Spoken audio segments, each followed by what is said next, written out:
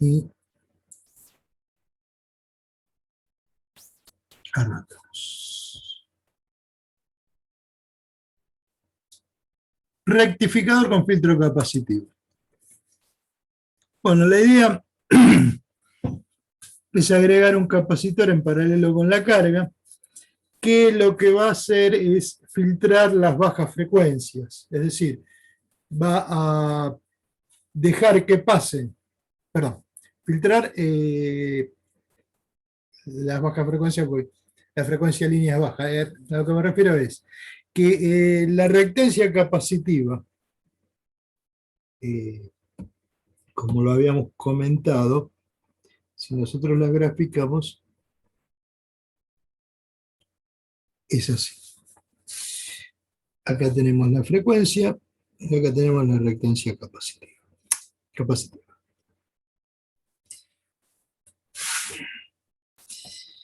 Vamos a borrar acá porque quedó feo. La reactancia capacitiva. Bien. ¿Nosotros qué queremos que pase? Queremos que pase solamente la continua, es decir, que para continua el capacitor tiene una impedancia infinita, muy alta. Ahora, ¿qué vamos a querer? Vamos a querer que a la frecuencia de línea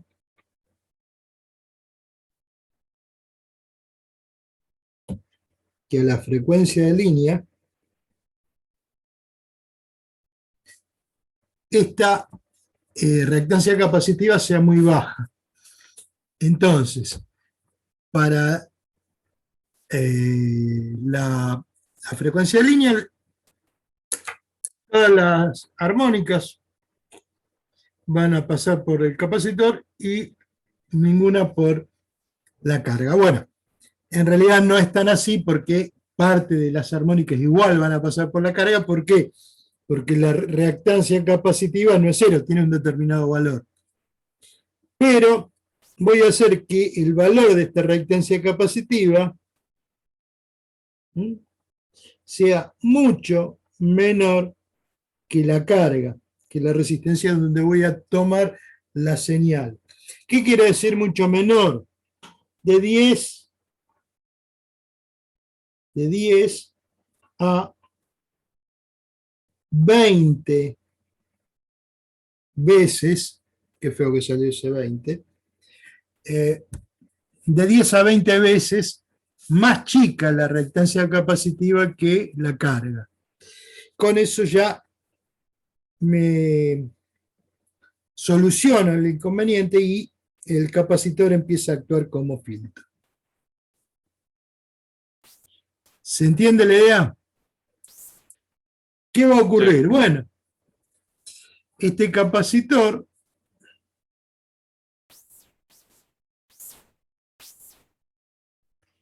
va a cargarse, va a tender a seguir la forma de onda de la entrada, inicialmente, hasta que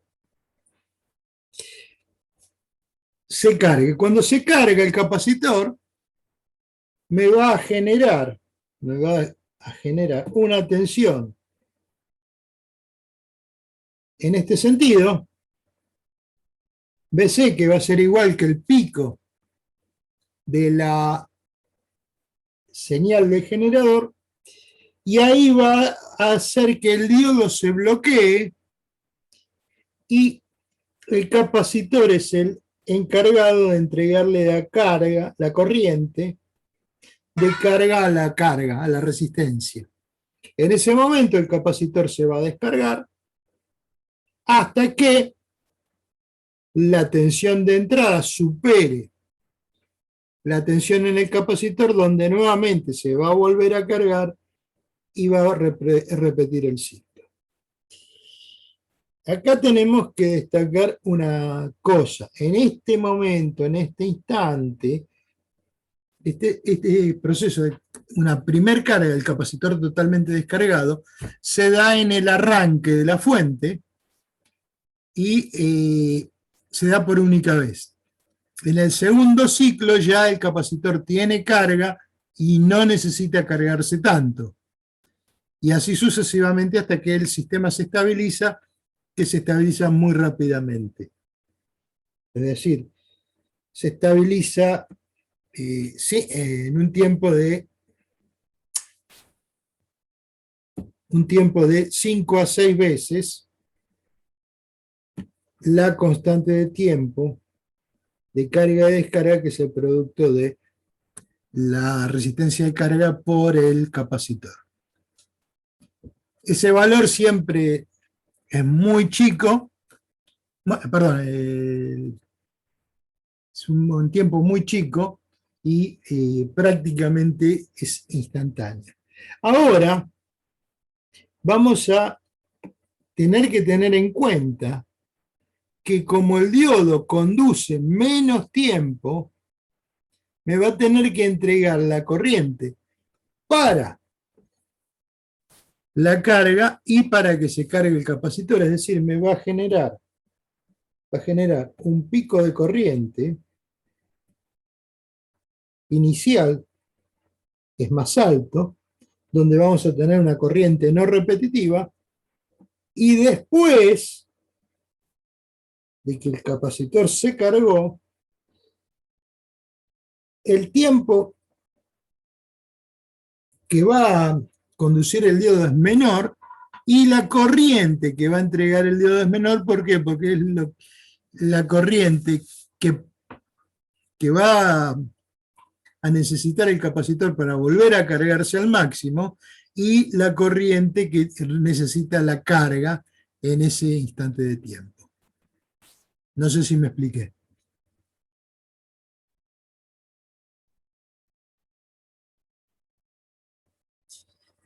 Bueno. Osvaldo, ¿aporta el diodo aporta la corriente que falta también en el semiciclo negativo? No. El diodo conduce en un Perdón, el capacitor, perdón. El capacitor aporta la corriente también en el semiciclo negativo. Claro, correcto. Y eso hace que el capacitor se descargue. Claro. Pero el pico de corriente, Osvaldo, se da al principio, cuando arranca el transitorio. Pero después de eso, el pico de corriente que tiene a los 5 o 6 tau, ¿cuánto más o menos disminuyó? Depende de la capacidad. Depende de un montón de factores, depende de la capacidad, de la carga, fundamentalmente capacidad de carga, o de DC y de RL. Pero normalmente se estabiliza y vos tenés que el valor pico de la corriente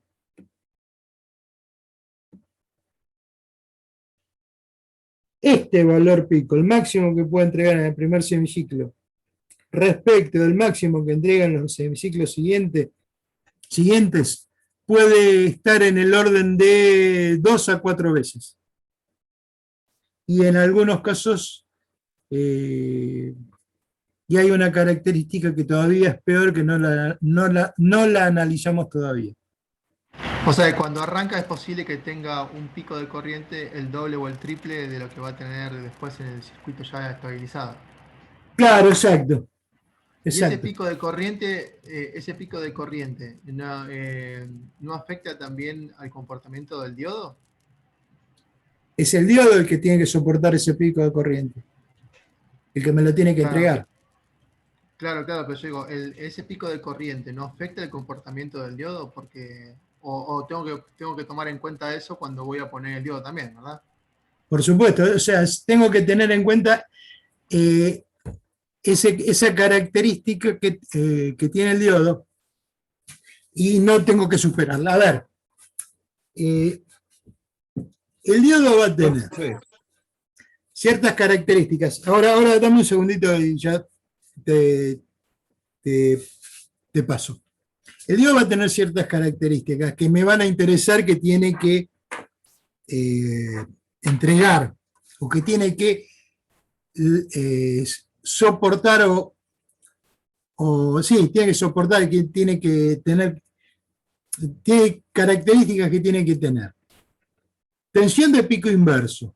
O sea, la tensión de pico inverso que puede soportar el diodo tiene que ser menor que la tensión de pico inverso que yo lo voy a pedir. La corriente continua que puede soportar el diodo tiene que ser menor que la corriente continua que va a necesitar el diodo, le voy a pedir en el circuito. La corriente de pico,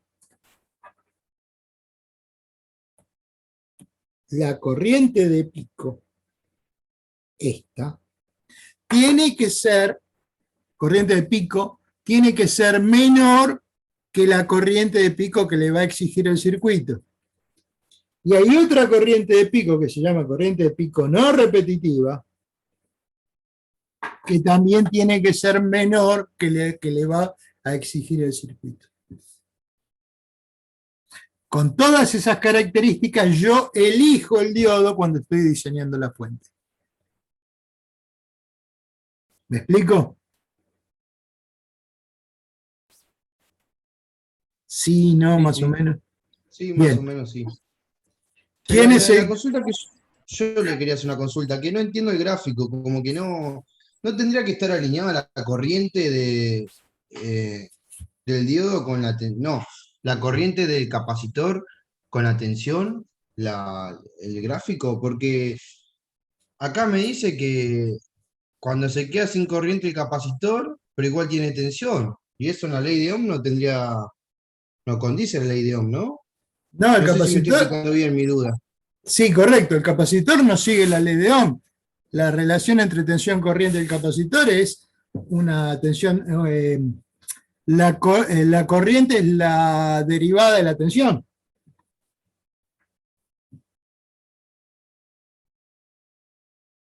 Ah, se me Es, saltó esa parte. es proporcional a la derivada. Si yo le aplico una señal senoidal, la tensión en el capacitor es senoidal y la corriente en el capacitor es un coseno. Es verdad, porque desfasa la corriente, 90 grados. Exacto. Entonces Por ahí eso. tenés el tema. Segundo, la corriente que vos tenés acá dibujada, esta, es la corriente que entrega el diodo. Entonces, en el semiciclo que conduce el diodo, perdón, en el Ah, la semiciclo, corriente del diodo ya está. Yo pensé que la corriente del capacitor. No. no, Entonces no, sí, no. tiene sentido que sea la corriente del diodo, que está medio. Claro, el diodo Claro, conduce acá. porque el otro medio ciclo, el diodo se le está cargando el capacitor. O Claro, en sea, este, al cuarto ciclo carga el capacitor, el cuarto ciclo le entrega la resistencia y después ya no conduce porque se polariza inversamente. exacto, y el capacitor es el que, en esta zona, el capacitor es el que entrega corriente. No, ahora sí tiene sentido lo que yo le decía. El gráfico de corriente debe ser parecido, desfasado nada más, pero debe ser similar al de la tensión del capacitor entonces. Listo, ¿No? listo. No, no. Bueno, fenómeno. Seguimos. En el de onda completa nos encontramos con el mismo resultado.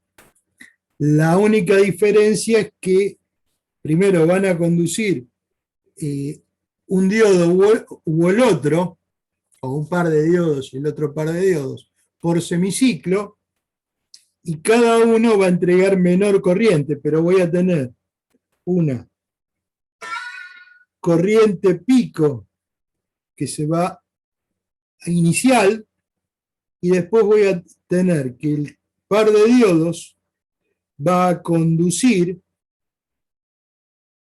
en los semiciclos o en la parte del semiciclo alternadamente. Y la corriente repetitiva siempre es menor que que en el arranque. Se da el mismo proceso. Bien. Perfecto. Y yo diría, ahora pasamos al simulador como para poder analizarlos y seguimos viendo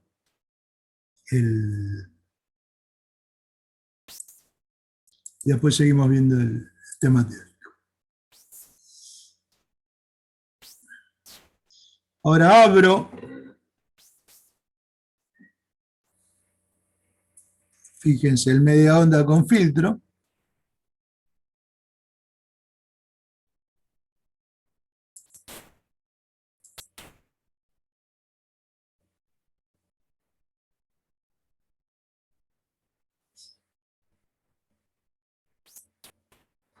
Y al circuito yo le agregué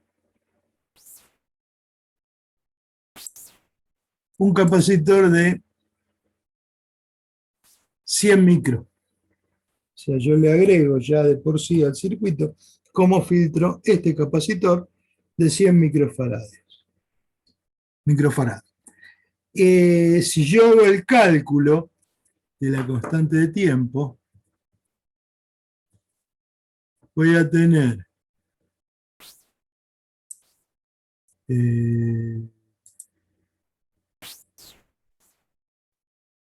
100 micro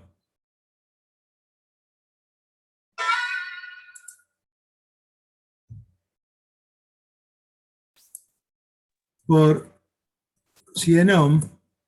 Esto me da 10 milisegundos. 10 milisegundos.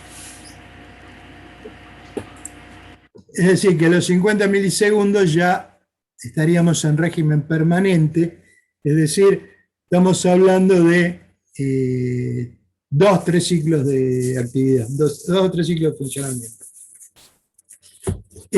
Bueno, si lo simulamos,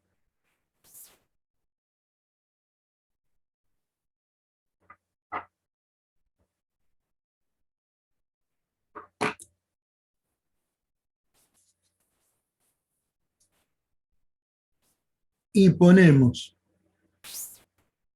una punta de prueba en la carga,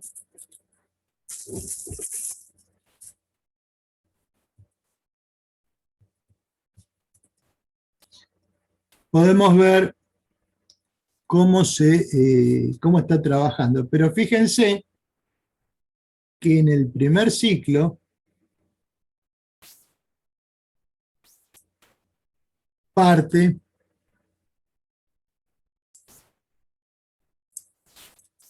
de cero,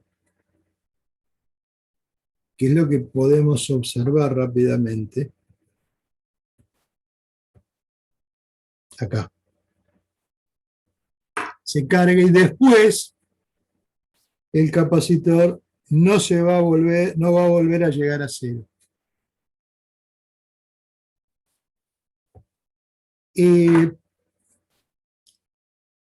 Si vuelvo ahora, voy a hacer una cosa, voy a agregar. Fíjense, vamos a agregar una punta de prueba de tensión, una diferencial, para medir la tensión en el diodo. Y fíjense que ya el diodo conduce mucho menos tiempo. Voy a ampliar un poquito la zona como para verlo.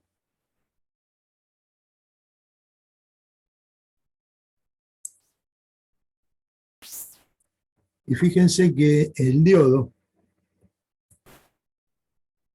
conduce de acá a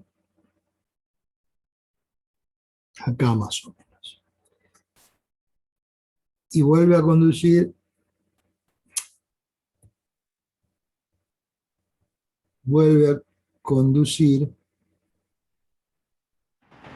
en este semiciclo. O sea que conduce más o menos, no llega a los 5 milisegundos de conducción. No, es un tiempo muy corto, pero en el otro extremo el diodo está bloqueado. O sea, ya no conduce. Y si agrego un plot, vamos a poder observar. ¿Puede ser, Osvaldo, que el tiempo de conducción sea la mitad del tiempo que está bloqueado o estoy viendo mal? No, puede ser, o incluso puede ser menos. Sí. Eso depende fundamentalmente de la relación RC. Entonces, vamos a ver la corriente en el capacitor.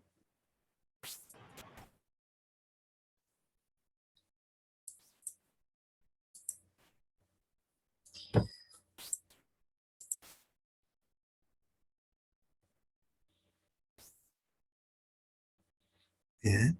A ver. Voy a poner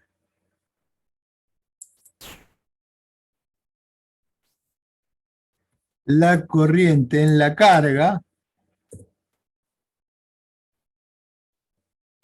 y voy a poner la corriente en el diodo.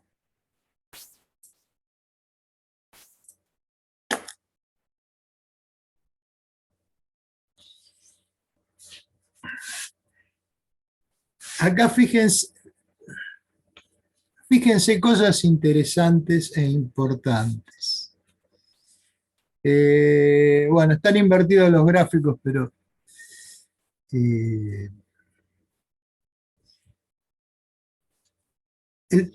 acá lo importante es esto. Primera observación. El amarillo es la corriente en el capacitor. Fíjense que hay una parte de corriente en el capacitor que es positiva y otra parte negativa. ¿Qué quiere decir esto? Bueno, esto quiere decir que en esta parte,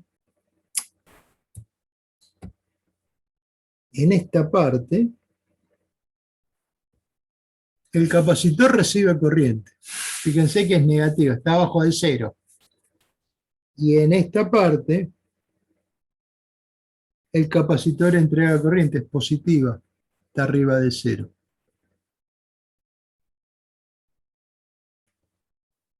¿Sí?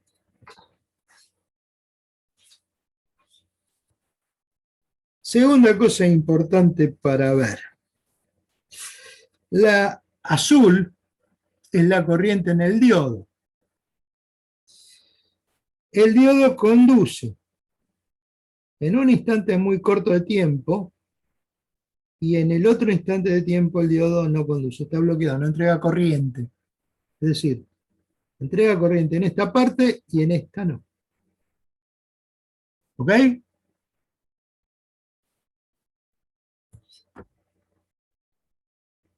Y el otro detalle que hay que ver es el siguiente.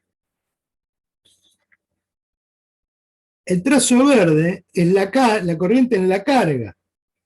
Fíjense que la corriente en la carga no cambia de polaridad. Y la forma de la corriente en la carga sigue a la forma de la tensión de salida. Lo cual es lógico porque es una resistencia. ¿Vamos bien? ¿Sí, no? la corriente en la carga es consumida, Claro, ¿o no? pero sí, Consumida. correcto. Sí, sí. Y además es una corriente que tiene un único sentido. Me está diciendo que no es una corriente alterna, es una corriente variable, pero con una única polaridad. Por eso Como por la eso se tensión ve, también. La tensión, Claro, sí, correcto. Que es lo que por yo eso, pretendo. por eso se ve que es negativa ¿Dónde? la, No, en la no, carga. es negativa porque el trazo me quedó negativo por cómo lo seleccioné. Ah, ok.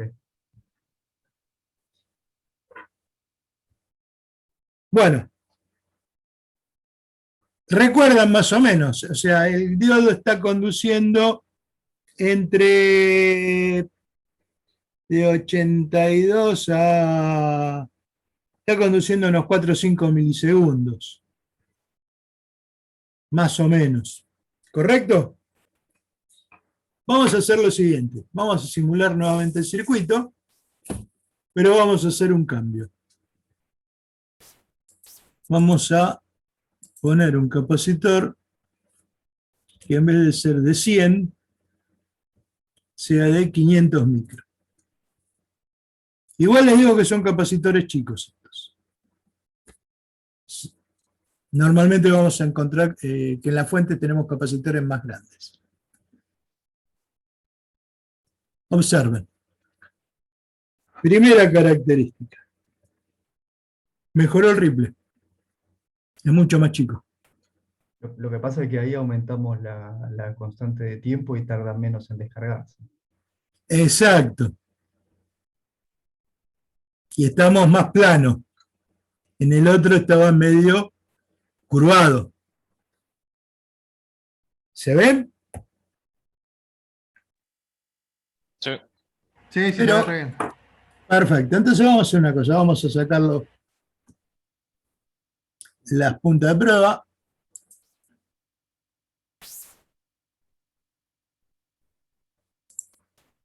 Y vamos a poner punta de prueba de corriente. Vamos a poner la punta de prueba acá. 1, 2 y 3. A ver si ahora me lo muestra bien. Sí.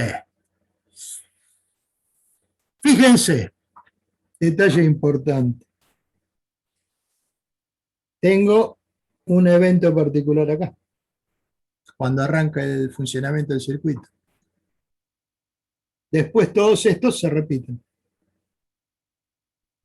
¿Se ven? Sí. Bien. Sí, sí, sí. Esa es la Ah, corriente no repetitiva, la que arranca. exacto, exacto. Entonces vamos a hacer un zoom.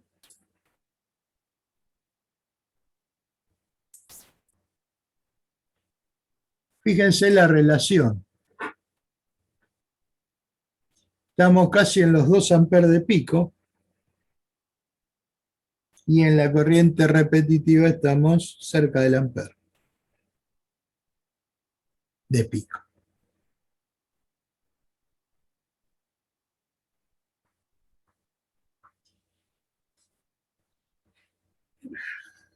Bien, vamos al otro, la otra parte. Vamos a analizar uno que se repita.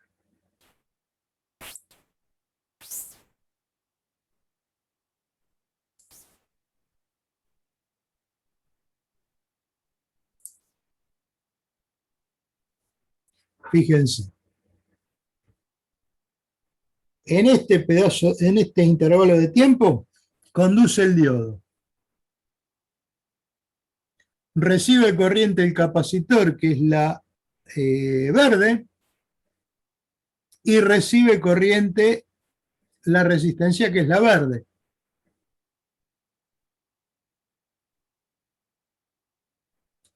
En este otro intervalo de tiempo,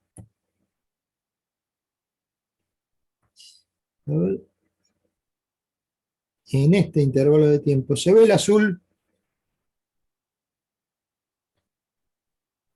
En este intervalo de Sí, se ve, se tiempo, ve. me voy a encontrar que El diodo, que es el trazo amarillo, me entrega 0 amperes.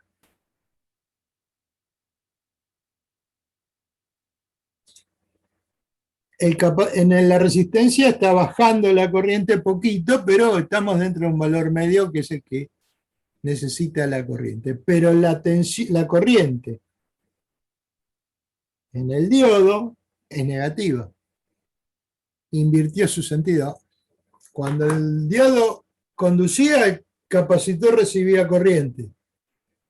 Cuando el diodo se bloquea, el capacitor entrega corriente. Por lo tanto, cambia el sentido de signo de la corriente. O mejor dicho, cambió el sentido. O sea, ese sentido de la corriente del capacitor, que ahí es negativa, es porque está entregando el capacitor la corriente al circuito en ese momento. Exacto, se la está entregando a la resistencia. A la carga que está ahí también. Exacto. Y si hacemos un zoom un poquito más grande,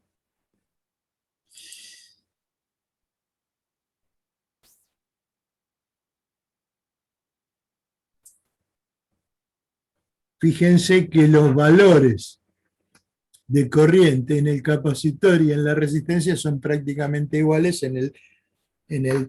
son iguales en el momento que está descargándose el capacitor. ¿Sí? Sí, sí. Bien, perfecto.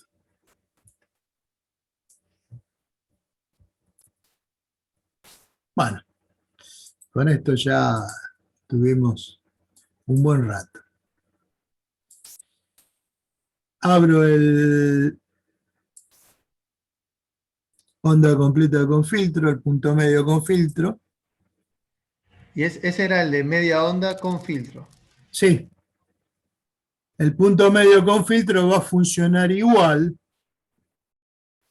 O sea, prácticamente lo que voy a encontrar es prácticamente lo mismo, pero primero, las corrientes en los diodos son menores, y segundo, uno solo de los dos va a tener el pico repetitivo. No repetitivo. ¿Por qué? Porque uno de los dos va a comenzar a conducir cuando se enciende el circuito, el otro no, el otro está bloqueado. ¿Estamos de acuerdo? Sí, sí, sí. Sí. Si lo simulamos,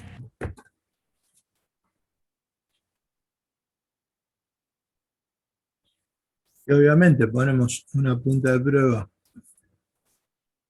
en la carga y ponemos una punta de prueba diferencial en cada diodo,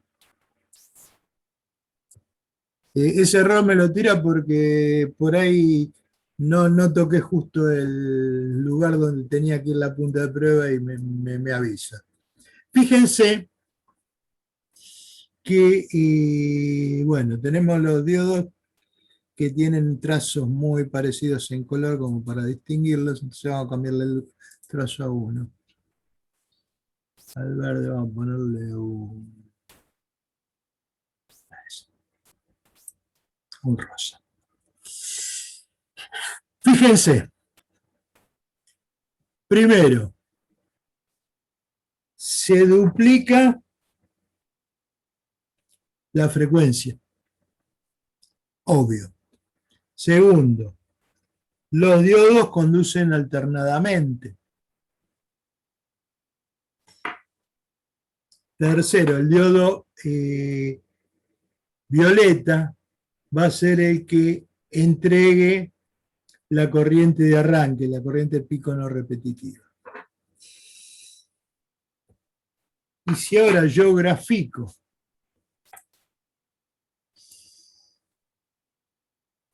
en un nuevo gráfico, yo pongo la corriente en la carga,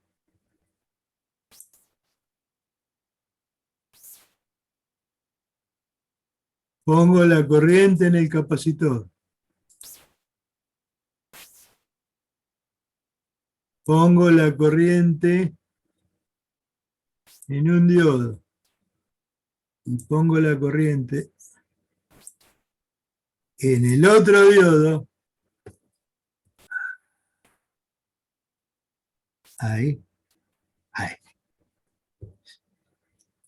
Fíjense que primero, vamos a hacer un zoom para ver el primer evento, de forma importante, que es el no repetitivo. Fíjense que el primer diodo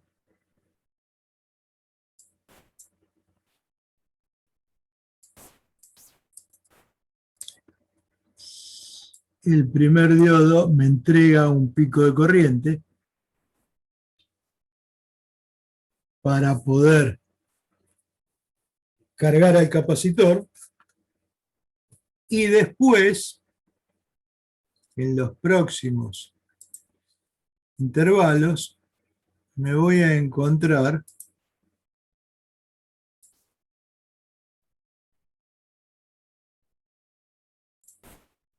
que yo voy a tener primero que los diodos conducen en forma alternada. El capacitor va a seguir el mismo caso que antes. Cuando el diodo conduce, el capacitor recibe corriente. Cuando el diodo está bloqueado, es el capacitor el que entrega corriente, por eso cambia su sentido. Y tenemos más o menos lo mismo, el mismo aspecto.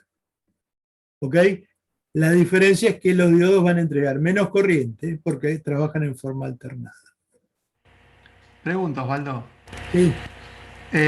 Ahí estoy viendo mal yo, o los valores de pico de las corrientes en los diodos son diferentes. Son diferentes porque los diodos me van a entregar menor corriente cada uno. No, pero yo digo, ¿no tendrían que entregar la misma corriente en su ciclo, ¿no? Porque uno va a entregar la corriente en un ciclo y otro va a entregar la corriente en otro ciclo. Claro, ¿No pero tendría que ser la fíjate. misma? No, pero No los sí, veo es la misma. solapados. No, ¿Están no es la. solapadas? No, fíjate. La Este verde, trozo la del es capacitor. el celestón es un diodo y el violetita es otro. Fíjate que los valores, los picos coinciden. Ah, pensé que el verde era. No, el No, verde es pensé que el el verde capacitor. era. Este es el capacitor y fíjate que el capacitor cambia de sentido de la corriente. Cambia de Sí, por signo, eso cambia cuando de vi sentido. desplazado, digo, ¿qué le pasó ahí que se desplazó hacia abajo el diodo? Ah, está bien, está bien, está bien, está bien. Sí, sí, sí. Perdón. No, está bien. Bueno, y obviamente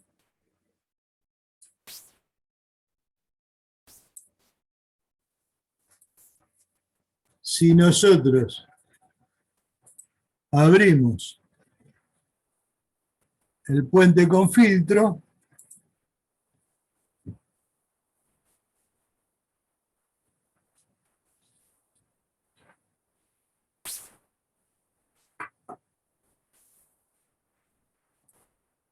nos vamos a encontrar con las mismas conclusiones, si lo simulamos. Vamos a tener la tensión en la carga,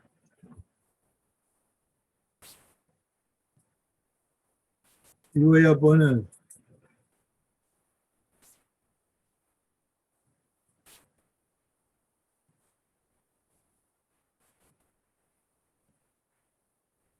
las tensiones en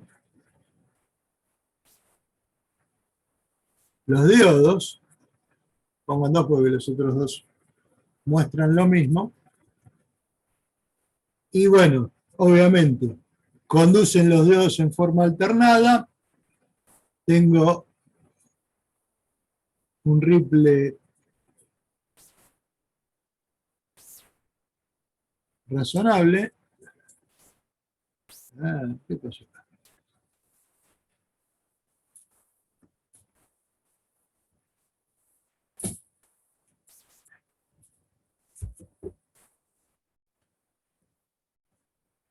Ahí.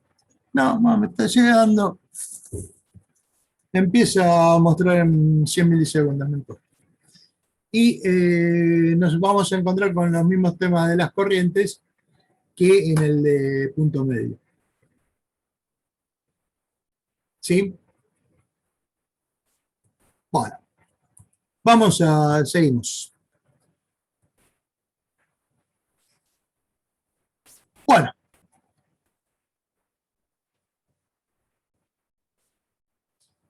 Sí, nosotros nos vamos a encontrar que la corriente, la tensión en la carga, en el tiempo, va a ser una exponencial decreciente entre el tiempo T2 y el tiempo T1. Vuelvo para atrás.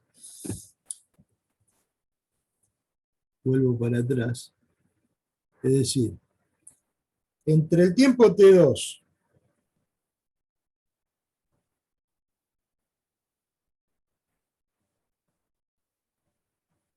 entre el tiempo T2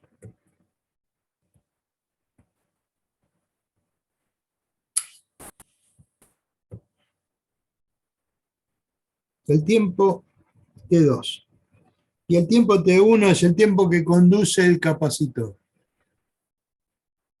¿Sí? Entonces,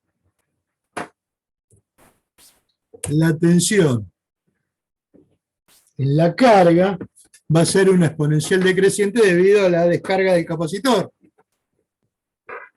Y entre el tiempo T2 y el tiempo T3, ¿qué va a ocurrir?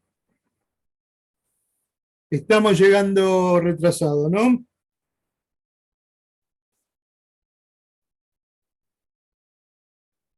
¿Me están recibiendo bien? Yo sí. Sí, sí. También. Porque veo... ¿Cambió la pantalla? No, ahora está la tensión en la carga.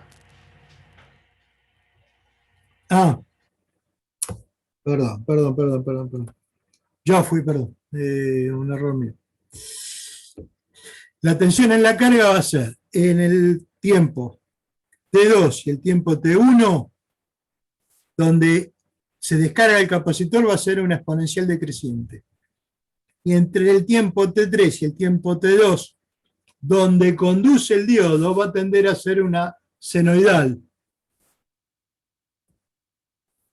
La corriente en la carga, cuando conduce el capacitor, va a ser el valor de pico de la tensión sobre el RL por la exponencial decreciente, y cuando conduce el diodo, la tensión en la carga va a seguir a una senoidal con una amplitud máxima de B pico sobre la resistencia de carga. La corriente en el diodo, cuando el diodo está bloqueado, es decir, cuando entrega corriente el capacitor, va a ser cero. ¿Por qué? Porque el diodo no conduce. Y cuando el diodo está conduciendo, la corriente en el diodo va a ser la corriente en la carga más la corriente que necesita el capacitor para cargarse, para recuperar las cargas que le entregó a la resistencia. La corriente en el capacitor va a ser una exponencial decreciente con signo menos cuando el capacitor está entregando corriente, es decir, cuando los diodos están bloqueados, y va a ser C por la derivada de la tensión pico por el seno de omega t respecto del tiempo cuando los diodos conducen.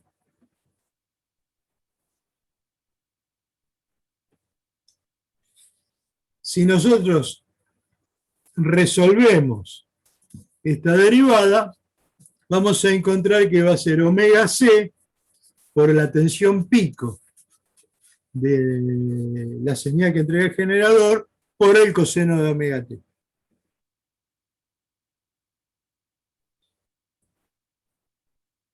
¿Está bien hasta acá? Todos estos valores implican que hay que hacer muchos cálculos como para poder obtener un diseño de valores de fuente, valores, o sea, poder obtener los elementos, los parámetros que se necesitan conocer de los elementos para poder obtener una fuente confiable. Es decir, todas las características que necesitan los diodos, qué transformador voy a necesitar y qué capacitor voy a tener que poner para la fuente que yo necesito. Y no tener ningún inconveniente durante el tiempo de funcionamiento de esa fuente, o tener el menor inconveniente posible, ¿no? Es decir, cuando uno diseña un equipo, lo diseña para que el equipo sea confiable, pero uno tiene que tener en cuenta que los dispositivos tienen lo que se llama TMBF, tiempo medio entre fallas, y que es un tiempo probabilístico.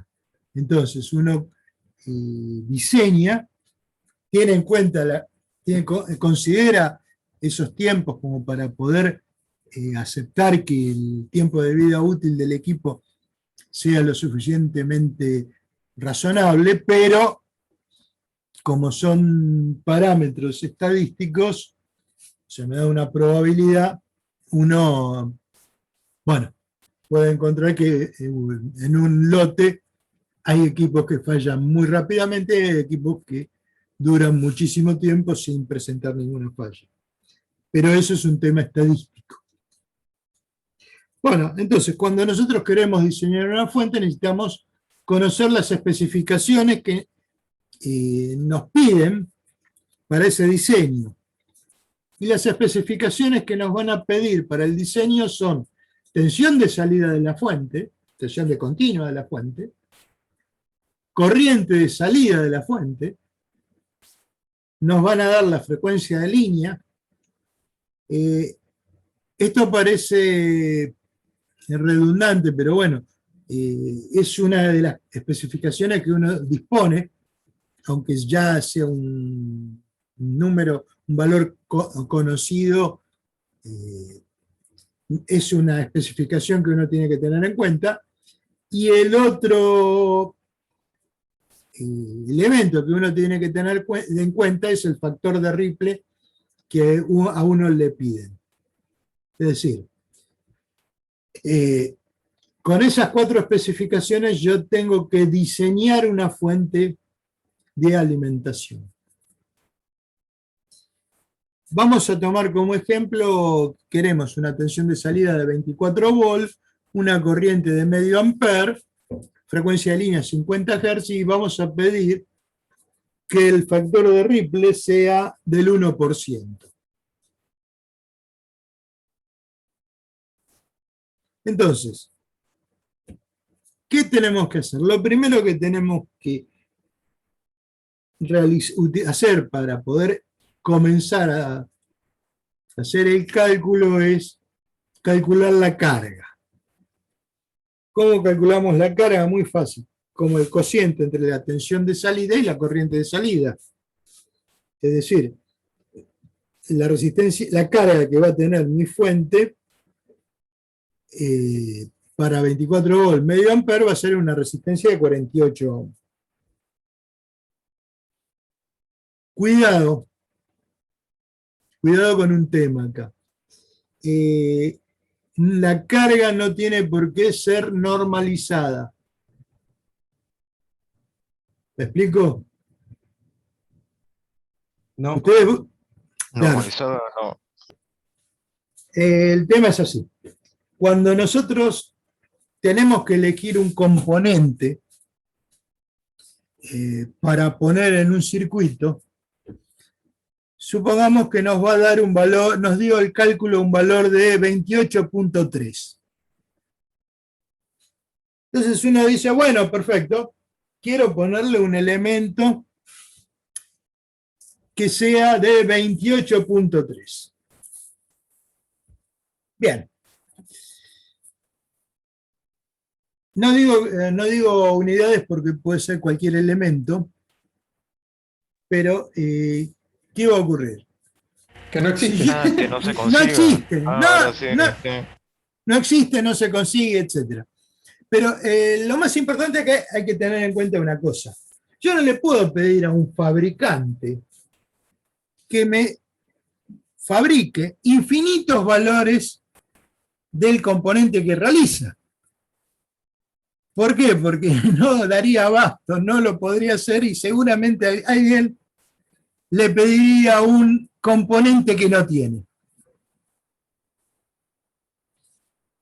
Entonces, lo que se hace, y nosotros, ustedes como futuros ingenieros, tienen que acostumbrarse, es que la ingeniería se regla con normas. Es decir, para todo lo que se hace en ingeniería existe una norma, que sería como las leyes. Uno tiene que cumplirlas. Esas normas uno las conoce y sirven para poder organizar al sistema. Ahora, a los fabricantes se determinó que iban a fabricar una cierta cantidad de valores del componente que realizaban. Es decir, supongamos, el fabricante va a fabricar resistencias. Bueno, el fabricante va a elegir 24 valores por década de esa resistencia y cada década va a repetir ese conjunto de 24 valores. Como todo el mundo conoce cuáles son los valores, ya uno sabe, o sea, no necesita indicarle, o sea, no necesita preguntar qué valores tiene porque son los que se van a conseguir en el mercado. ¿Me explico? Entonces, cuando yo calculo un componente y tengo que ponerlo en un circuito, ese componente que me dio 28,3, no le puedo poner ese valor. ¿Por qué? Porque no es un valor normalizado. ¿Cuáles serían los valores normalizados que le puedo poner? Y bueno, tengo que ponerle 27 o 30, que son los dos posibles valores normalizados más cercanos de ese componente. ¿Me explico? Ahora sí, profe, correcto. Entonces, cuando yo diseño un circuito, le tengo que poner valores normalizados. Ahora, la especificación no la pongo yo, me la piden, es decir, me la da un cliente. Y el valor de especificación no tiene por qué ser normalizado. ¿Por qué? Bueno, o sea, la carga que yo le voy a poner no tiene que ser normalizada porque va a depender de lo que quiere el cliente. ¿Qué valor? A ver, me dio una resistencia de 48 ohms, la que me pide el cliente. El valor normalizado más cercano sería 47 y el otro valor sería 43.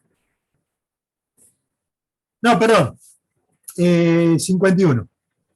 47 o 51 serían los valores normalizados más cercanos al 48.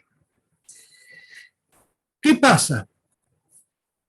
Y yo no sé, supongamos que el usuario lo va a cargar con una resistencia de 51 ohms, pero me pide 500 mA para tener un margen de seguridad. Es decir, que mi fuente le entregue lo que él necesita. ¿Me explico? Sí. Bien, entonces, La carga me va a dar una resistencia de carga que va a depender de la especificación que me pide el cliente. En este caso nos dio 48 ohms. Segundo, tengo que determinar aproximadamente la resistencia de los diodos y la del secundario del transformador. Es decir, fíjense, yo puedo suponer que los diodos son circuitos ideales, son llaves, que cuando conducen es una llave cerrada y cuando están bloqueados es un circuito abierto. Entonces, yo tengo que estimar, tengo que suponer que esos diodos van a corresponder a una resistencia.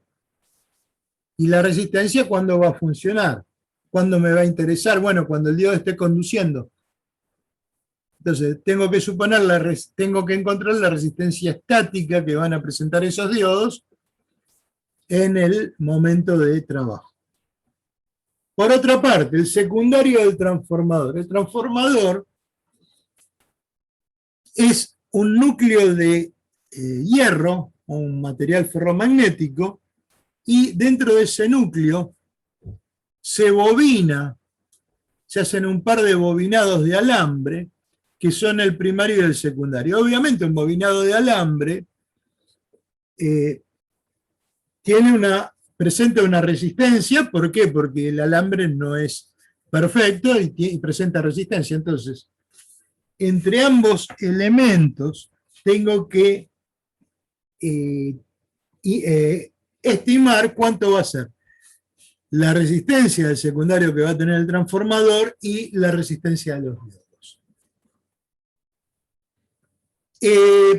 Esto me permite poder empezar a hacer cálculos. Entonces, supongamos otro tema. Tengamos en cuenta otro tema. Acá tengo que determinar qué configuración voy a utilizar. Si voy a usar un rectificador de media onda, un rectificador con punto medio o un rectificador puente. En este caso, escojo un rectificador puente. Elegir cualquier otra configuración lo único que va a hacer es cambiar valores y nada más. El procedimiento es el mismo. Entonces, supongamos la configuración puente. Cada diodo conduce la mitad de la corriente. Entonces, si cada diodo conduce la mitad de la corriente continua, cada diodo va a conducir 250 mA. Y la tensión directa del diodo es 0,7 volt, es decir que vamos a tener aproximadamente una resistencia de 2,8 ohms por diodo. ¿Cómo? Conducen de a pares en cada semiciclo en el rectificador puente, vamos a tener que tener en cuenta dos resistencias de 2,8 ohms. Estimamos una resistencia de bobinado de 2 ohms. Normalmente uno tendría que buscar, hay tablas en donde se encuentra el valor de resistencia por kilómetro del alambre de cobre, dependiendo del alambre de cobre para transformador, dependiendo del diámetro del alambre, y con eso uno normalmente puede determinar, puede hacer un cálculo aproximado de la resistencia. Osvaldo, pregunta. Sí. ¿No tendríamos que también considerar la resistencia dinámica del diodo? Sí, pero acordate que la resistencia dinámica del diodo es mucho menor que la resistencia estática. Claro, eso le iba a preguntar, o sea, ¿la podemos considerar despreciable a la resistencia Y sí, dinámica? sí, por supuesto. Ok, ok.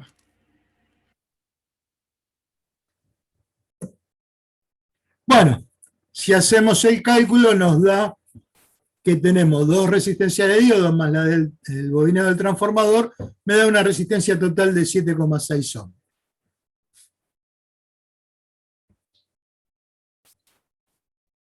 El tercer punto que tenemos que hacer es encontrar la relación entre la resistencia RS y la de carga. La resistencia RS es la resistencia serie de diodos y transformador. Entonces, eso lo calculamos como RS sobre RL porcentualmente y nos da una relación de 15,8%.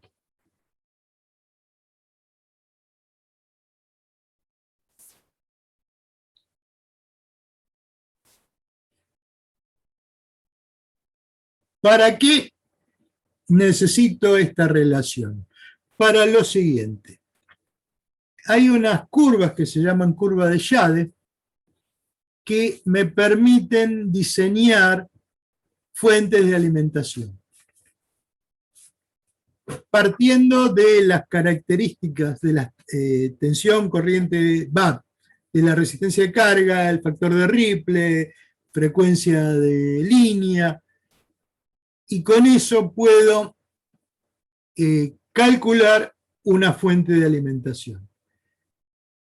Es decir, se graficaron para diferentes parámetros todos los valores que nosotros hablamos teóricamente de las señales de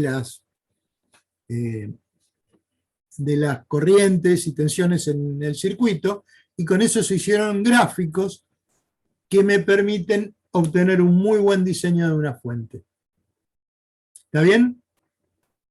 Entonces, el primer paso vamos a obtener el valor de capacidad tomando en cuenta, usando un gráfico que es la curva de Jade, que es el que tenemos a continuación, donde vamos a encontrarnos que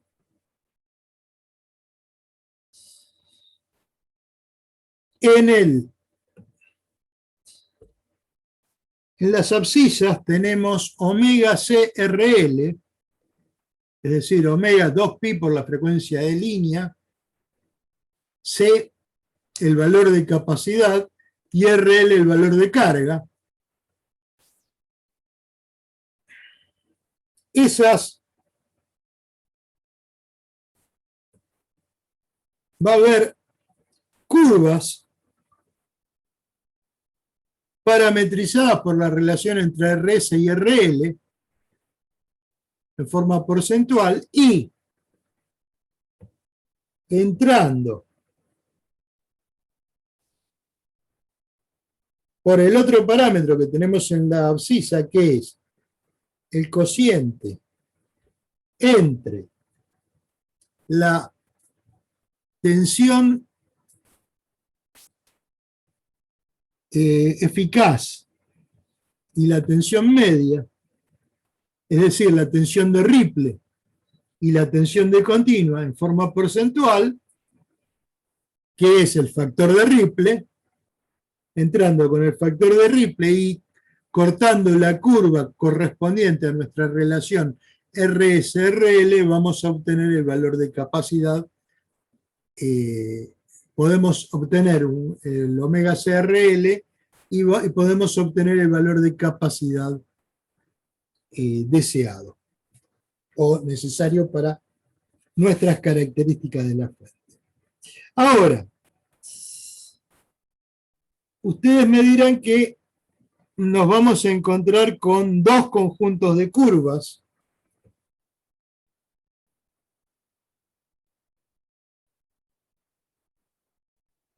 que responden al mismo valor de RS y RL. Bueno,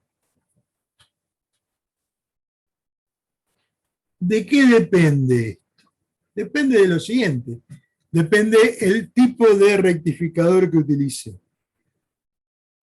Si utilizo un rectificador de media onda, tengo que utilizar las curvas de arriba.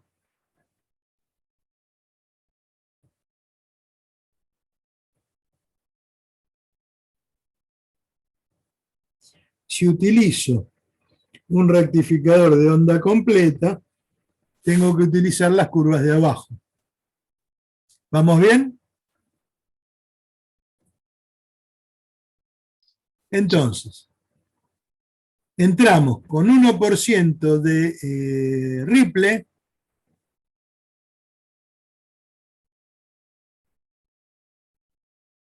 y cortamos la curva. Fíjense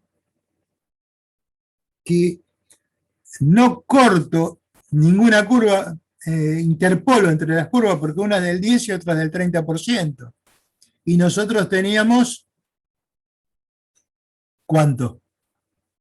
15,8. 15,8, casi 16.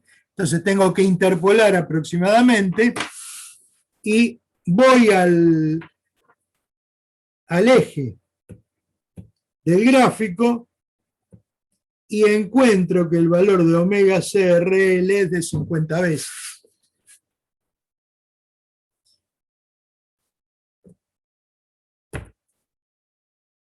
Haciendo una mejor aproximación, yo encontré 51.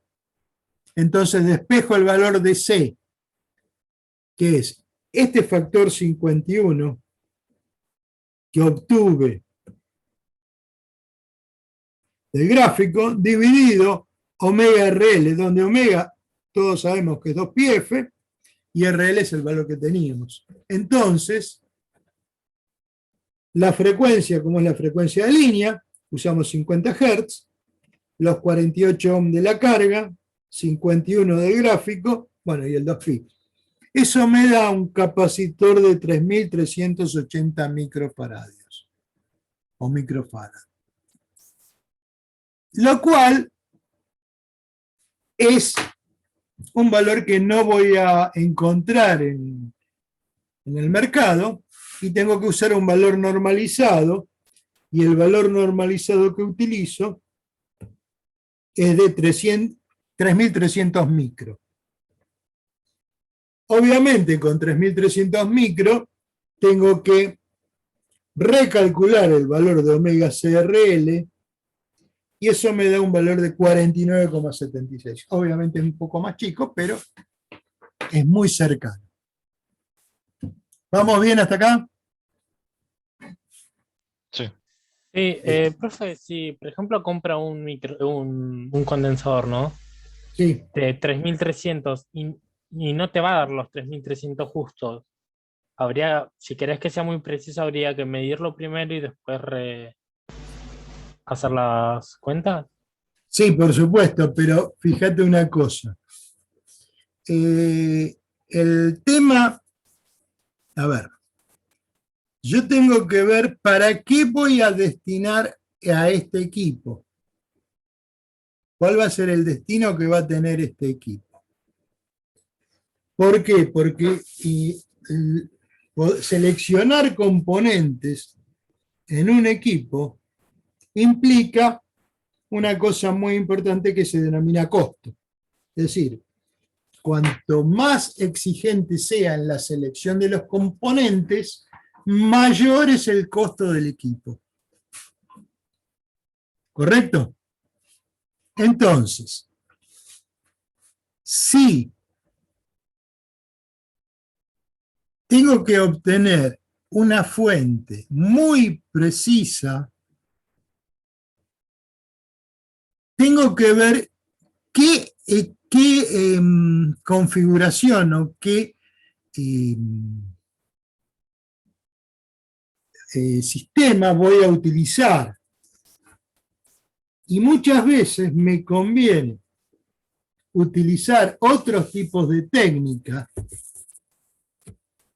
que, si bien me generan un poco más de costo, es mucho más barato que elegir componentes y seleccionar componentes y encima poder obtener las características necesarias. ¿Me explico?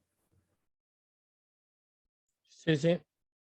Entonces, tengo que ver qué es lo que necesito. Necesito un equipo muy preciso. Bueno, tengo que atacar el problema pensando cuál es la mejor solución en la precisión que me está dando me están exigiendo las especificaciones respecto del costo. Y ahí voy a tener que buscar varias soluciones. Y entre las soluciones posibles tengo que evaluar cuál es la de menor costo y mejor rendimiento, es decir, tengo que encontrar la relación costo-beneficio y ahí optimizarla. ¿Me explico?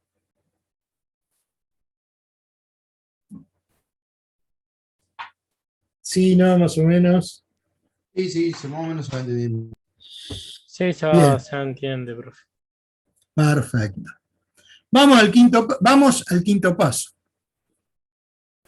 Vamos a obtener el valor de tensión de salida de continua respecto de la tensión de pico en forma porcentual y lo voy a obtener ingresando con el valor de omega CRL, que ya lo calculamos, y la relación entre RS y RL. Voy a otra curva de Yade.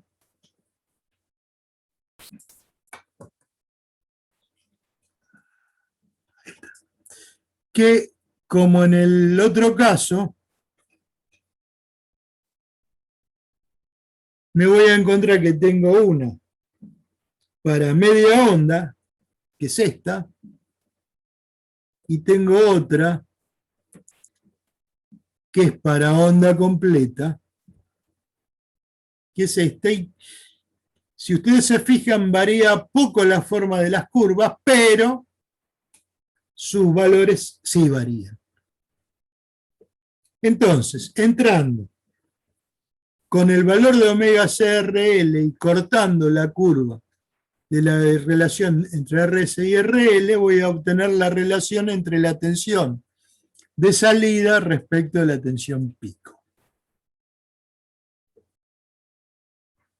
Entonces, entro con un omega CRL de 49 y pico, 49,8 que habíamos calculado, corto la curva de 15,8 o la interpolo y obtengo el valor, la relación entre la tensión de continua y la tensión pico del transformador, y eso me indica que la relación es de un 70%, un poquito menos.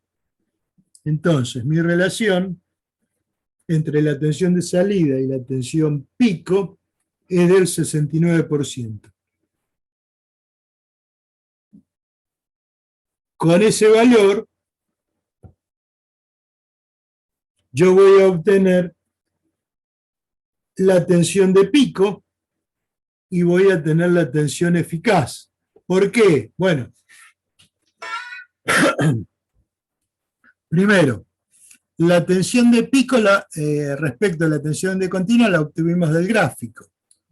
Como la relación es del 69%, y yo lo que necesito es obtener la tensión pico, hago la tensión de salida sobre el coeficiente que encontré de la curva.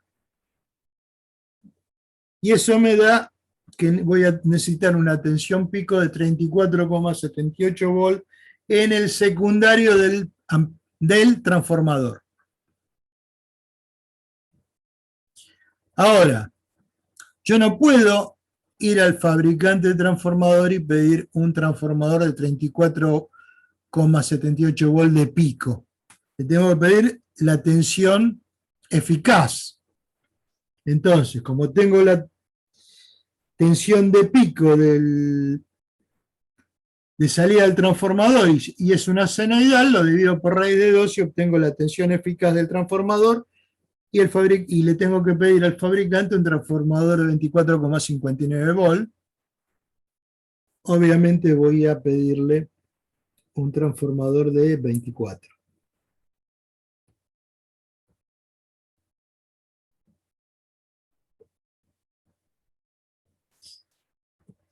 Sexto paso. Vamos a buscar la tensión de pico inverso de los diodos. ¿Cómo? La tensión de pico inverso de los diodos es la misma tensión que la tensión pico de salida del transformador, ya la tenemos y la tensión es de 34,78 volt. Es decir, necesitamos unos diodos que tengan una tensión de pico inverso igual o menor o mayor que 34,78 volt. Es decir, 35 volt para arriba lo que haya. Normalmente esta tensión es baja, o sea, muy fácilmente conseguimos diodos que tengan una tensión de pico inversa de 50 volt. Séptimo. Vamos a buscar la corriente en el diodo, eficaz en el diodo respecto de la corriente en el diodo, ingresando en el gráfico con la relación N omega CRL y la relación IRS sobre NRL. N es un coeficiente de ajuste y va a ser 1 si el circuito es de media onda y va a ser 2 si el circuito es de onda completa. ¿Por qué? Y bueno, muy simple, porque con eso se solucionó para encontrar un único gráfico o utilizar un único gráfico y nos da que el N omega RCL para nuestro ejemplo es de 99,5 y el RS sobre NRL para nuestro ejemplo es de 7,91. Esos dos valores son los que vamos a utilizar para entrar al gráfico y vamos a obtener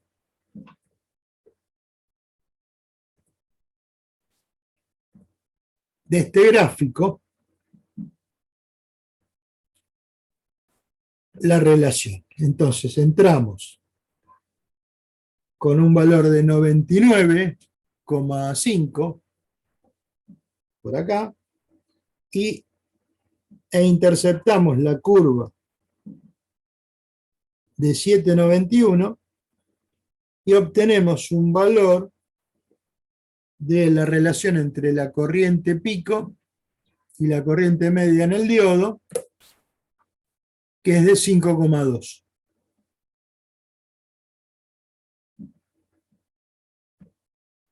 Por lo tanto,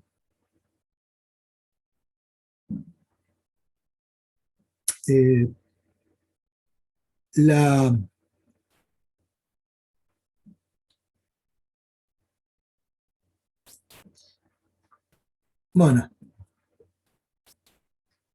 después, en el gráfico siguiente,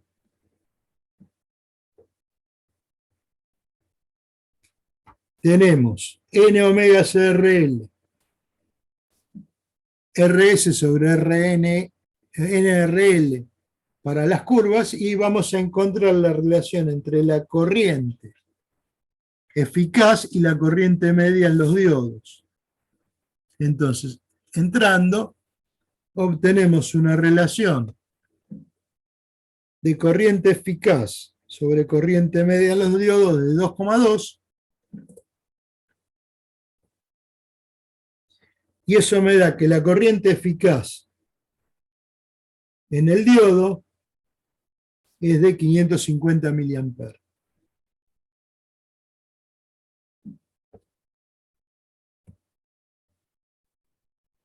La corriente en el pico de los diodos es 5,2 veces la corriente media, nos da 1,3 amperes, Y ahora vamos a encontrar la corriente de pico no repetitiva o corriente de encendido del diodo. O sea, la corriente en el arranque. Acá tenemos que analizar una cosita que no la comentamos cuando hicimos la simulación, pero se vio que había una diferencia. ¿Se acuerdan que yo había hablado de la corriente de pico no repetitiva? Que era grande frente a la corriente de pico. Fíjense que nosotros en este caso estamos usando una corriente pico, obteniendo una corriente pico de 1,3 amperes. Ahora, yo para asegurarme el funcionamiento correcto del circuito, tengo que encontrar la máxima corriente de pico no repetitiva. Tengo que encontrar el peor caso. ¿Cuál es el peor caso? Bueno, veamos una cosita. Yo tengo mi circuito. Tengo el transformador.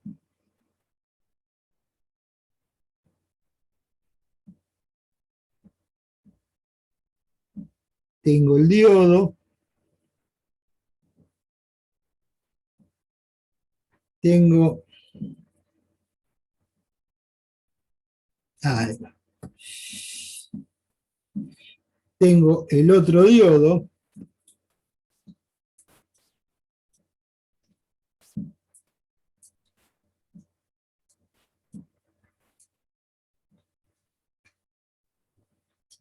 Y acá tengo la carga y el capacitor. ¿Correcto? Voy a suponer un solo semiciclo. ¿Cuál es el peor caso? El peor caso es que el diodo tenga una tensión, perdón. El peor caso es que el capacitor tenga una tensión igual a 0. Es decir, que el capacitor esté totalmente descargado en el momento del arranque. ¿Qué quiere decir que tenga una tensión igual a 0? Que yo voy a encontrarme con esto. Que voy a tener el bobinado del transformador. Voy a tener los dos diodos.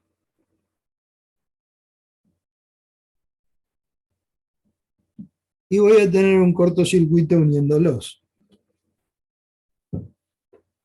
Porque si la tensión en el capacitor es 0, la tensión entre ánodo de un diodo y cátodo del otro es 0.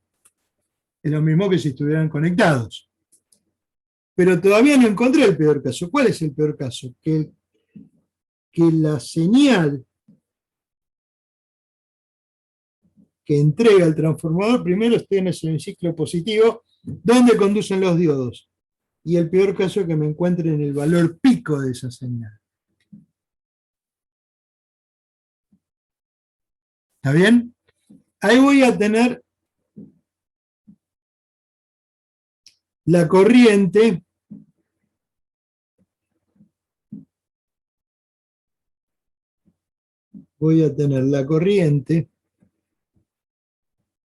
de pico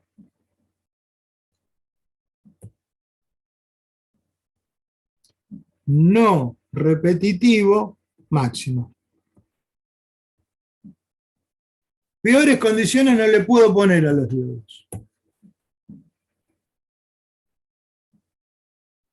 ¿Está bien? ¿Cómo calculo esa tensión de pico no repetitiva máxima? Bueno, ¿qué es lo que va a haber? ¿Qué es lo que voy a tener en el circuito? Bueno, yo voy a tener el equivalente. Voy a tener un generador, que es el transformador. Ese generador va a tener una resistencia, que es la del bobinado.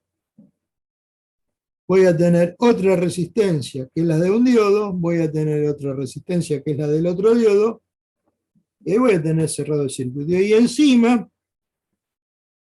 acá voy a tener la tensión pico.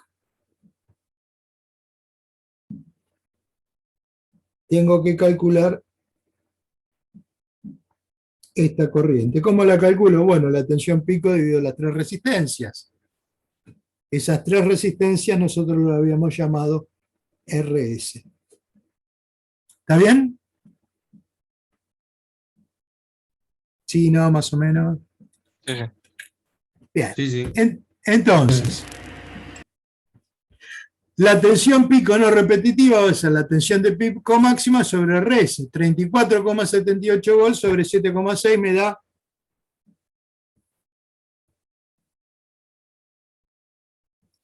una corriente de 4,57 amperes. Casi 5 veces la corriente de pico. Y 10 veces, prácticamente, la corriente de salida y 20 veces la corriente en el diodo medio. ¿Está bien? Los valores que obtuvimos, ¿qué son? Para el diodo. Tensión de pico inverso, 34,78 volts. Corriente media en el diodo, corriente continua, 250 mA. Corriente de pico repetitivo, 1,3 amperes. Corriente de pico no repetitivo, 4,57 amperes. Esto me permite seleccionar el diodo. Perfecto. El capacitor. El capacitor, ¿qué característica tiene? Bueno, además de su capacidad, ¿qué otra característica le tengo que pedir al capacitor? La tensión de aislación, es decir, la tensión que tiene que soportar o que tiene que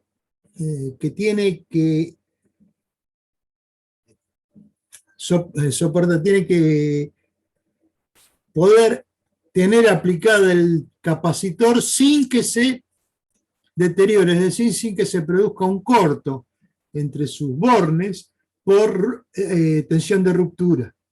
Es decir, que la aislación soporte la tensión que yo necesito.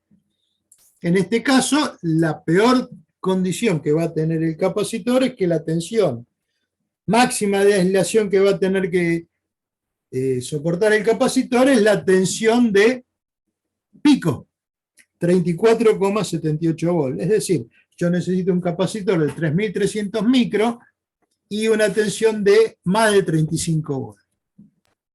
Y por otro lado, el transformador... Osvaldo, pregunta. Sí. En el tema del capacitor, ¿qué conviene? O sea, ¿qué tipo de capacitor conviene? ¿Un electrolítico, un cerámico, uno de tantalio, no sé, algo que sería bueno, una cosa es lo que conviene, otra cosa es lo que vos disponés en el mercado. A ver, si yo hablo de capacitores cerámicos, el valor de capacidad es muy bajo, estamos hablando de no más de 0,5 microfarad. Si hablo de capacitores de tantalio, la capacidad que va a tener máxima es del orden de los 10 micro. Acá necesito un capacitor electrolítico porque me permite tener altas capacidades, es decir, puedo obtener capacitores electrolíticos de hasta 20.000 micros, 50.000 micros aproximadamente. Para estos casos, el capacitor que tengo que poner para obtener el filtro para la continua tiene que ser un electrolítico. Pero ¿qué pasa? El electrolítico en alta frecuencia deja de funcionar como capacitor y empieza a funcionar como inductor. Entonces, en alta frecuencia, tengo que ponerle en paralelo al electrolítico un capacitor cerámico que puede ser de 0,1, 10 nano, etc. Eh, ¿Por qué hago eso? Bueno, ¿por qué voy a trabajar en alta frecuencia? Bueno, si yo tengo que alimentar un transmisor para emitir, hacer una emisión de radio, obviamente el transmisor va a trabajar en alta frecuencia y esa señal va a aparecer en la fuente. Entonces tengo que cortocircuitar la fuente para esa señal. Entonces le tengo que poner un capacitor de cerámico de baja capacidad que frente a los 3000 micros que va a tener la fuente, en paralelo no le suma nada, pero para la alta frecuencia va a actuar como un cortocircuito. ¿Me explico? Claro, sería como la solución Sí, sí. al comportamiento de alta frecuencia del capacitor. Exacto. Fíjense que en muchos circuitos digitales, a las compuertas, a los integrados, se le pone entre fuente y tierra sobre el integrado un capacitor de 10 nano, cuando la fuente tiene un capacitor de 5000 micro. Le sumamos 10 nano, no hace nada, pero ¿para qué sirve? Para los flancos del cambio de 0 a 1, para filtrar eso para la fuente. ¿Me explico? En los microcontroladores, por lo general, se pone de punto un micro, un cerámico, para que no se cuelguen. Por experiencia propia, siempre que pongan algo con al menos lo que es línea PIC, con punto un micro en cerámico, se ahorran de que se les cuelgue el micro, básicamente. Claro, porque lo que pasa, el micro está trabajando con un reloj a una frecuencia del orden de los megahertz. Esa señal del orden de los megahertz me entra a pasar por la fuente. En algún momento pasa por la fuente y esa fuente genera ruido en otros componentes y hace que el microprocesador, bueno, se cuelgue, es decir, encuentre una condición anormal. Sí, es literal. ¿Dónde se En mi pone el caso, capacitor, profe? Disculpe. Entre fuente y tierra. Ah, ok. y por lo Lo general, más cercano al dispositivo posible. claro, lo más cercano al borne positivo digamos, por ejemplo, de los 5 volt. Por ejemplo, yo uso muchos micros enanos a 4 MHz, y si uno lo pone los capacitores, por experiencia también, si los pone medio alejados también es un problema. Tiene que estar lo más cercano al borne positivo, como para que no, justamente lo que dice Osvaldo, que no se cuelguen, y básicamente por el clock interno que trabaja, digamos. Igual, aunque le pongas también un cristal, también pasa lo mismo. Pero también hay otra cosa, si vos tenés el integrado, y esta es la patita del integrado, y vos ponés el capacitor acá, este cablecito que te lleva el integrado al capacitor, en esa frecuencia deja de ser un cablecito y pasa a ser un inductor. Con lo cual generas otro inconveniente. Por eso conviene ponerlo lo más cerca posible, ponerlo ahí bien pegadito al integrado. Eso lo van a ver muchas veces. Entonces, básicamente, ese capacitor cerámico está más que nada para evitar problemas de la fuente a la fuente, más que problemas al micro. Porque la fuente después genera esos problemas en todo lo demás que toque. Exacto. Claro. El problema no es a la fuente, el problema es a la línea de alimentación. Y va a meterle ese ruido a otro integrado y ahí va a generar el problema. Fíjense,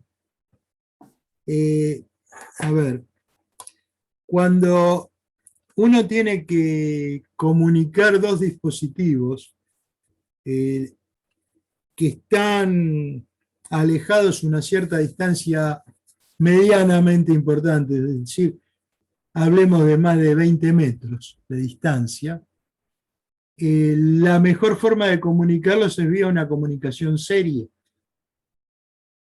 ¿Correcto? No sé si lo vieron, se los comentaron. Sí, por la cantidad de cables. No solo por la cantidad de cables, sino por los tiempos, etc. Y los valores de tensión del 0 y del 1. Pero también hay otra cosa. Cuando yo tengo una comunicación seria entre dos extremos y estoy en un ambiente ruidoso, ahí empiezo a tener problemas. Entonces tengo que poner capacitores, tengo que aumentar el gap de tensión entre un dato y otro, y eso cambia toda una norma. O sea, ya hay normas específicas para zonas ruidosas.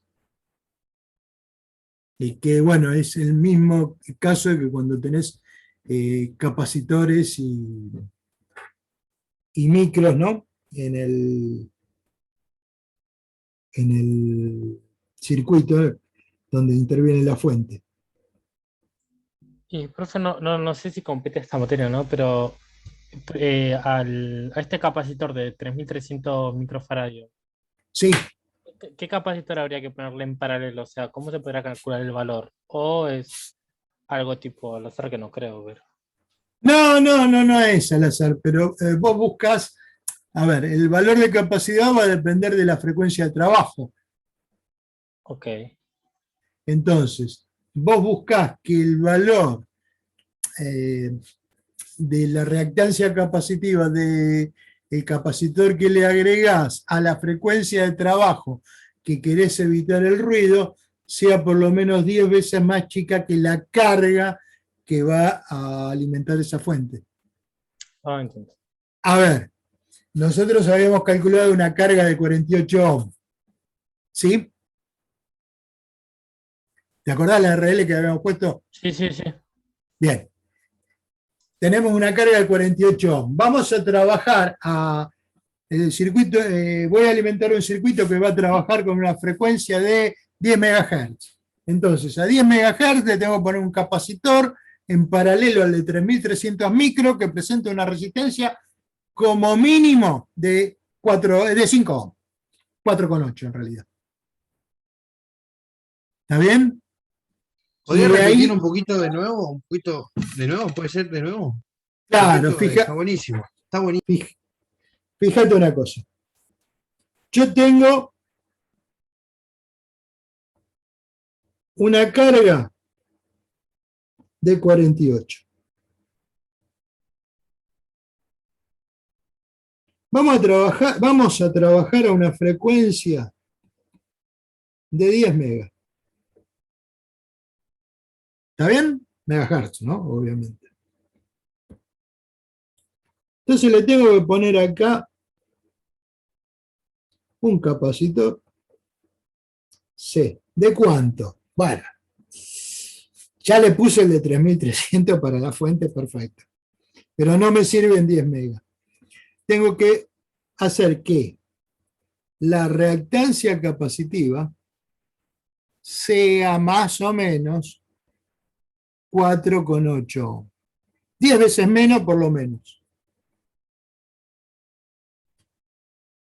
¿Está bien? Sí. Entonces fíjate, vamos a hacer el cálculo total, son 2 minutos. Vamos a la calculadora. Reactancia capacitiva, XL. 1 sobre 2 pi por F por C. Quiero obtener el C. 1 sobre 2 pi por F por XL. XC. ¿Correcto? A mí me dio Correcto. 3,3 nanos. Sí. Sí, está bien, puede ser, no sé. No hice el cálculo. Ahora lo hacemos. Dame un segundo.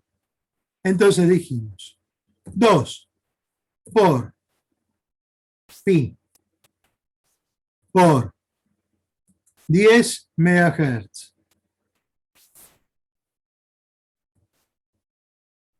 por 4,8 igual, saco la inversa. 3,3 nano. Tendría que ponerle un capacitor de 3,3 nano. Bueno, si le pongo un capacitor de 5 nano, ¿qué va a pasar? La reactancia capacitiva va a ser menor que 4,8, mejor todavía. ¿Me explico? Sí, sí, se explica. Lo que yo no entiendo, capaz que no es esta materia, no esto de teoría de circuito, ¿qué es lo que hace esa impedancia? ¿Qué trabajo hace en la corriente? O sea, ¿para No, qué le ponemos eso? a Creo que en ver. teoría de circuito se aprende, ¿no? ¿Eso?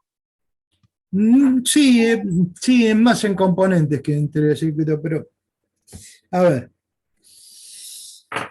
¿qué pasa? Vengo acá.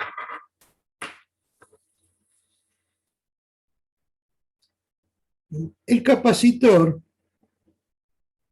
habíamos dicho que tenía una reactancia capacitiva que era así. ¿Correcto? En función de la frecuencia. Eso es en un capacitor ideal. Pero ¿qué pasa? El electrolítico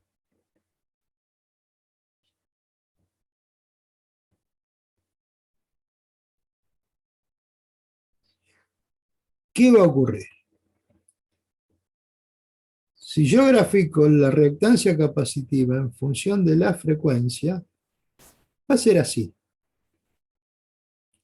Pero va a aparecer una frecuencia donde la reactancia va a empezar a subir. Esto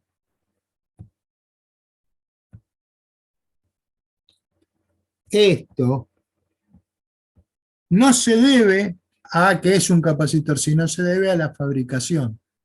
¿Correcto? ¿Me seguís a lo que voy? Sí, sí, sí, sí. Bueno, entonces, si yo tengo señales de una frecuencia que está por acá, el capacitor electrolítico, en vez de comportarse como un corto, se comporta como un circuito abierto. No me sirve. Tengo que solucionarlo. ¿Cómo hago para solucionar esto? Pongo un capacitor cerámico, donde el capacitor cerámico sí se va a comportar así a la frecuencia que voy a trabajar. Pero ¿qué pasa? El valor es muy chiquito. ¿Me explico? Claro, para que sumados se ponen en paralelo, para que sumados no me altere mucho el valor. Exacto. Claro, Entonces, para la fuente como si no estuviera, porque el efecto que produce es nada. Es una milésima, una 10 milésima. Pero cuando el circuito está generándome ruido a esta frecuencia, el electrolítico no lo nota, pero el capacitor de cerámico me presenta un corto a esa frecuencia, que es lo que yo quiero. Que la fuente sea un corto para esa frecuencia. ¿Se entendió la idea? Quiere Sí, decir sí, que es Sí, sí. se comporta como un pasabajo. Ahí. O un pasabalto. No, un pasabajo. ¿Cuál? El cerámico. chiquito, el chiquito. No, El claro, un paso pasabajo. abajo. No, Pasa un abajo, pasabajo, está bien. pasa abajo, Un pasa abajo. pasabajo. O sea, Osvaldo, atenúa todas las frecuencias altas que pueden entrar a la fuente. Exacto. y a la fuente a poner el corto, ¿qué genera? ¿Que siga conduciendo? No, no, no, no, no. Yo, Porque yo usted lo dijo que que. el que. Claro, Yo dijo lo, que la ponía en corto o algo así, ¿no? no, no, sí. Yo dije, va. Por ahí no me expresé correctamente, o como para que me entiendan perfectamente. ¿Qué pasa? Yo quiero que la fuente se comporte como una pila. Es decir, para continuo me entregue la tensión que yo quiero y la corriente que yo quiero. Pero para cualquier señal de alterna se comporte como si fuera un corto. ¿Se entiende? Ah, claro. Sí. Entonces, con eso yo logro que con ese capacitor a esa frecuencia se comporte la fuente como un corto. Y con el de 3300 logro que en baja frecuencia, en continua, me tenga la tensión fija. Y cualquier señal de baja frecuencia que esté con la fuente sea filtrada, ya se comporte como un corto. ¿Vamos bien? Sí, por curiosidad, Sí, nada más. perfecto. ¿Esa característica de la reactancia lo tienen todos los electrolíticos? Sí, sí, sí, es un tema de fabricación. ¿Y cuál es aproximadamente esa frecuencia a la que se da ese fenómeno? Hay que agarrar la hoja de datos, no. Depende de cada uno. Está bien. Claro, depende de cada fabricante, depende de cómo esté hecho. Solo el electrolítico tiene ese problema de Que la me acuerde, frecuencia sí. Que me acuerde, sí. Ok. ¿Cómo está, se acuerda cómo está referenciada en la hoja de datos esa frecuencia? No, no. No, no, hay que buscar una hoja de datos del capacitor que no es fácil de conseguir. Tendrías que ir a una fábrica de capacitores, a una empresa que fabrique capacitores y que te vayan. Ellos seguramente tienen. A ver, hay hojas de datos de todos los componentes, ¿eh? ¿Me explico? No solo de los transistores, de los diodos, de los integrados, hay de todos los componentes. Lo que pasa es que los componentes comunes son más fáciles de generalizar que un diodo, un capacitor, un integrado, un transistor. ¿Está bien? Sí, ¿no? Sí, sí. Sí, sí. Bueno, Sí, profe. vamos un minuto más y finalizamos. Bueno, habíamos dicho, con estos 4 parámetros selecciono el diodo. Con estos 2 parámetros, tensión de aislación o de ruptura y valor de capacidad, selecciono el capacitor. Y con estos 2 parámetros, que son los de salida, selecciono el transformador. Obviamente la tensión del primario es 220 volt para la Argentina, ¿no? Y 50 Hz, obviamente. Pero el fabricante ya lo da por sobreentendido y lo que necesita son estos 2 valores. ¿Está bien? Sí. Sí. Perfecto. Bueno.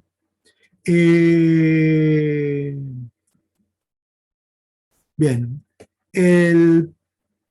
Cortamos acá. El próximo viernes vamos a continuar viendo regulador de tensión y vamos a ver si podemos empezar ya a hablar de transistores bipolares. ¿Se entendió hasta acá? Perfecto.